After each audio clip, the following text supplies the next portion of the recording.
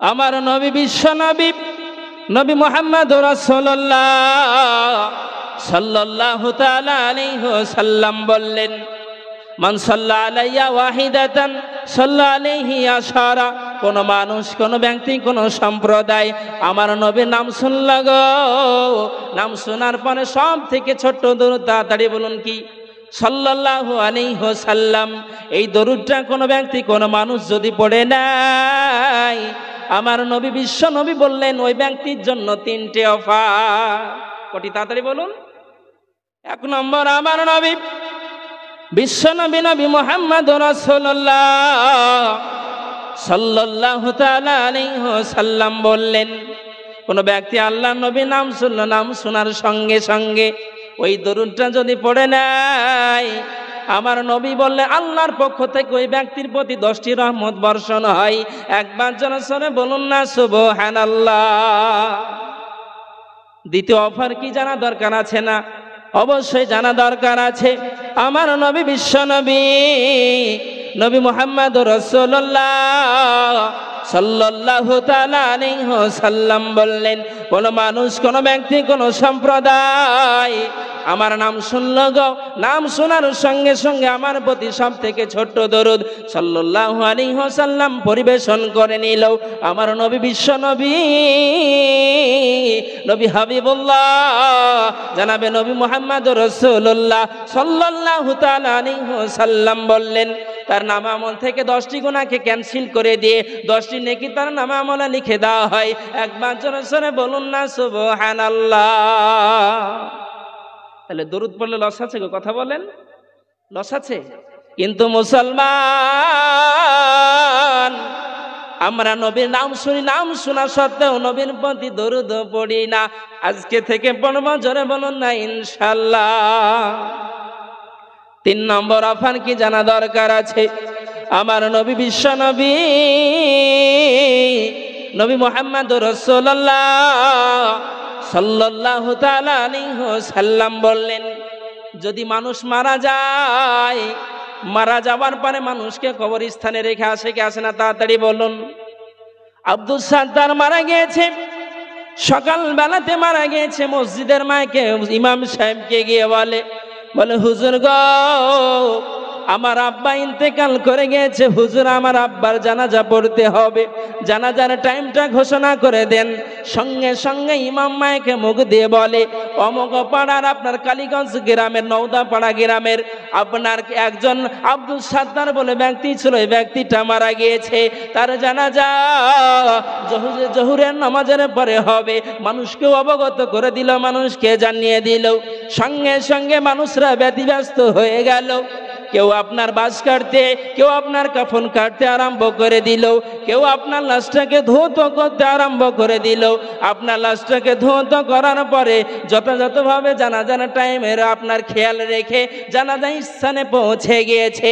ইমাম সাহেবকে হুকুম দিয়ে দিল, বলে হুজুর গো, আমি তো জানাজা পড়াতে পারবো না, আমার আব্বা মারা গিয়েছে, আমার আম্মাজি মারা গিয়েছে, দুনিয়ার মুখ থেকে বিদায় হয়ে গেছে। হুজুর গো, আমার আব্বা জানের জানাটা, আমার আব্বা জানের জানাজাটা আপনি পড়িয়ে দেন। সঙ্গে সঙ্গে ইমাম সাহেব দাঁড়িয়ে যায়, কিন্তু বেটার কোনোদিন হিম্মত হয় না আমার আব্বার জানাজা আমি নিজে পড়াবো, এই বেটার মানসিকতা কোনোদিন তৈরি হয় না। চার দোকানে বসে বেটার আপনার তাসের আড্ডাতে বসে সময়টাকে ব্যয় করে দেয়। চার দোকানে বসে ঘন্টার পর ঘন্টা আলোচনা করে, কোনো সমস্যা হয় না।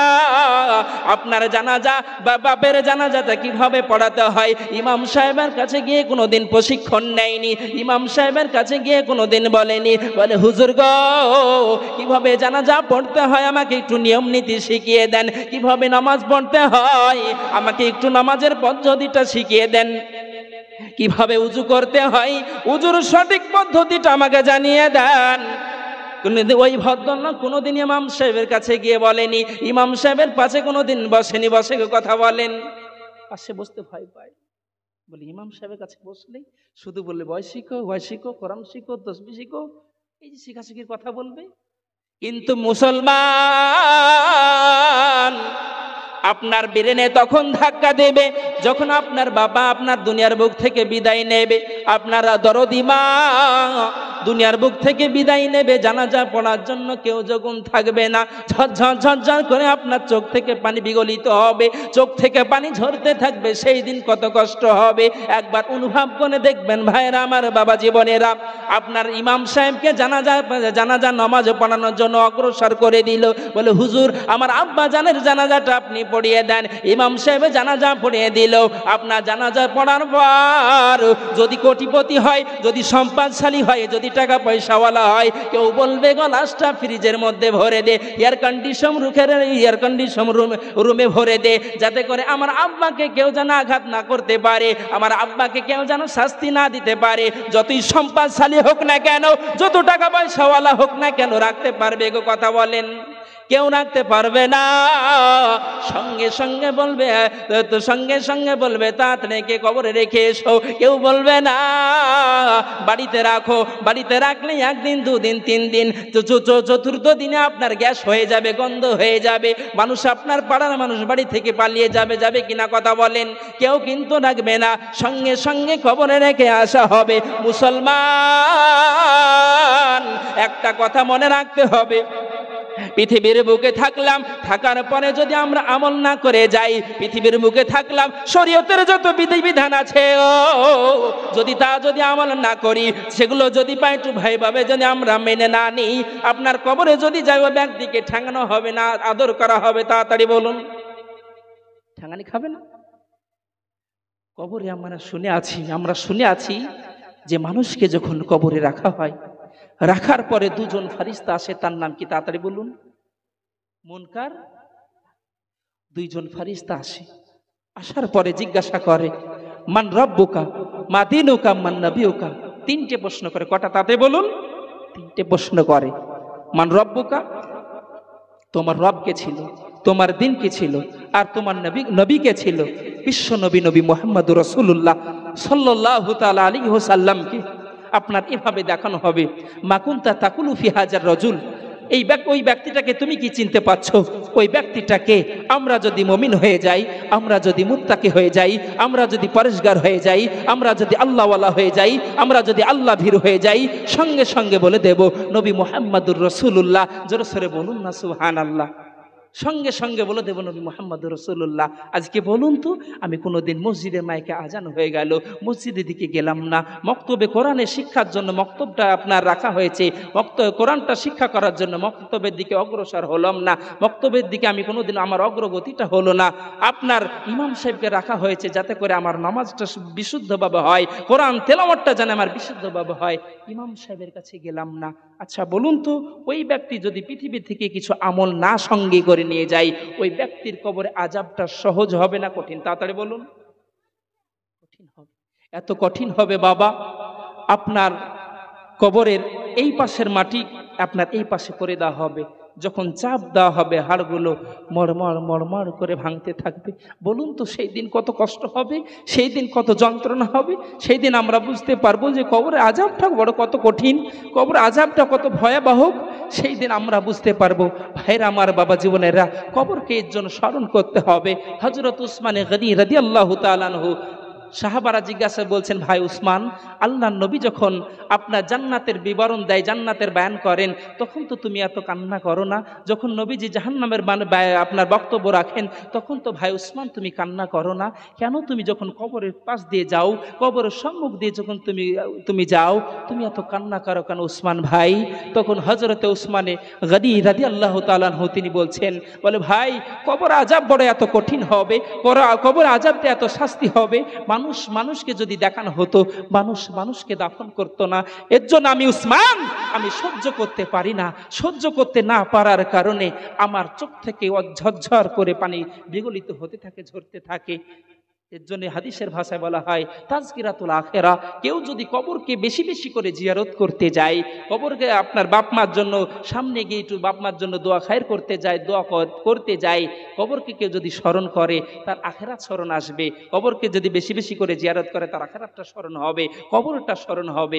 এর জন্য বিশ্ব নবী বললেন, তোমরা বেশি বেশি করে কবরটা জিয়ারত করো। আজকে আমাদের বলুন তো, বাপ মা যদি মারা যায়, মারা যাওয়ার সঙ্গে সঙ্গে কি করি? রেখে দিয়ে চলে আসি। তারপর হুজুরকে বলি, ইমাম সাহেব ভাড়ায় রেখেছি, যেহেতু ভাড়ায় কাজ না করলে সমস্যা আছে। বেতন ঠিকঠাক দেওয়া যাবে না, কথার কোনো শেষ নেই। যার কথা বাড়িতে চলে না সেও কথা মুরলি করবে ওখানে গিয়ে। তা আপনার ওর জন্য ভাড়া ইমাম রাখা আছে, ইমাম সাহেবকে নিয়ে গিয়ে দোয়া করে রেখে আসি। আচ্ছা বলুন তো, আপনার আব্বা মারা গিয়েছে, আপনার মা মারা গিয়েছে, আপনি আপনার বাপের জন্য, আপনি আপনার মায়ের জন্য যদি আপনি দোয়া করেন, ওই দোয়াটা 100% 100 আপনার আল্লাহর দরবারে কবুল ও মঞ্জুর হয়ে যাবে। আর আমি যদি মুফতি সাহেবকে লছনপুর গ্রাম থেকে, ইসলামপুর থেকে নিয়ে আসলেন, আমি যদি দোয়াটা করে দিই, দোয়াটা কবুল হতেও পারে না হতে পারে, ওয়েটিং এ থাকতে পারে। কেন? ভাড়ার দোয়া। আর আপনি যখন আপনার বাপের জন্য, আপনি যখন আপনার আব্বা আপনার মায়ের জন্য, আপনার দাদিমার জন্য যখন আপনি দোয়া করবেন, দোয়াটা ভাড়াই হবে না মুসলমান, দোয়াটা অন্তর থেকে হবে। অন্তর থেকে কান্না করার কথা, কান্নার ভাঁজ করতে হবে না, অটোমেটিক আপনার চোখ থেকে আপনার পানি ঝরতে আরম্ভ করবে। বলুন তো, আজকে আমরা পেয়েছি বলে হুজুর আমার আব্বা মারা গেছে, আমি তো কি বলে দোয়া করবো জানি না, একটু চলুন হুজুর দোয়া করতে হবে। ইমাম সাহেব বেটার মাজুর, কিছু করার নেই, যেতে হবে, চলে যায়, দোয়া করে দেয়। তবে আলেম ওলামা যদি দোয়া করে, নবীজি তো ওয়ারিস, আল ওলামা ওয়ারাসাতুল আম্বিয়া, ওলামারা হচ্ছে নবীজির ওয়ারিস। এর জন্য আলেম ওলামা যদি দোয়া করে, নিঃসন্দেহে আল্লাহ দরবারে কবুল ও মঞ্জুর হওয়ার আশা আছে, যেহেতু হাদিসের মধ্যে আছে। এই কারণেই আলেম ওলামাকে দোয়া করার কোনো সমস্যা নেই। কিন্তু নিজের বাপ মা মারা গিয়েছে, নিজের ছেলে মারা গিয়েছে, নিজের মেয়ে মারা গিয়েছে, কর্তব্য আপনার। কার বললাম? তাতে বলুন, কর্তব্য আমাদের। কিন্তু সেই কর্তব্য আমরা পালন করি না। করবে ইনশাআল্লাহ বলুন? কবর আযাবটা এত কঠিন হবে। নবী আমার বললেন, জুরিবা বিমাতারিক হাদিদিন, কবরে এমন ভাবে পিটাই করা হবে, লোহার হাতুড়ি দিয়ে আপনার মারা হবে। ওই হাতুড়ি যদি পৃথিবীর কোনো জমিনে কোনো পাহাড়ে যদি নিক্ষেপ করে দেওয়া হয়, ওই পাহাড়টা আপনার ধুলোর ন্যায় পরিণত হয়ে যাবে। একবার জোর সরে বলুন না সুবহানাল্লাহ। কবরটা আপনার ওই হাতুড়িটা, তাহলে কি হাতুড়ি হবে একবার চিন্তা করুন তো। কবর আযাবটা কত কঠিন হবে, আমরা কিন্তু চিন্তা ভাবনা করি না। হায় আমার বাবা জীবনেরা, আমরা একটু চিন্তা ভাবনা করব কবরকে নিয়ে ইনশাআল্লাহ বলুন।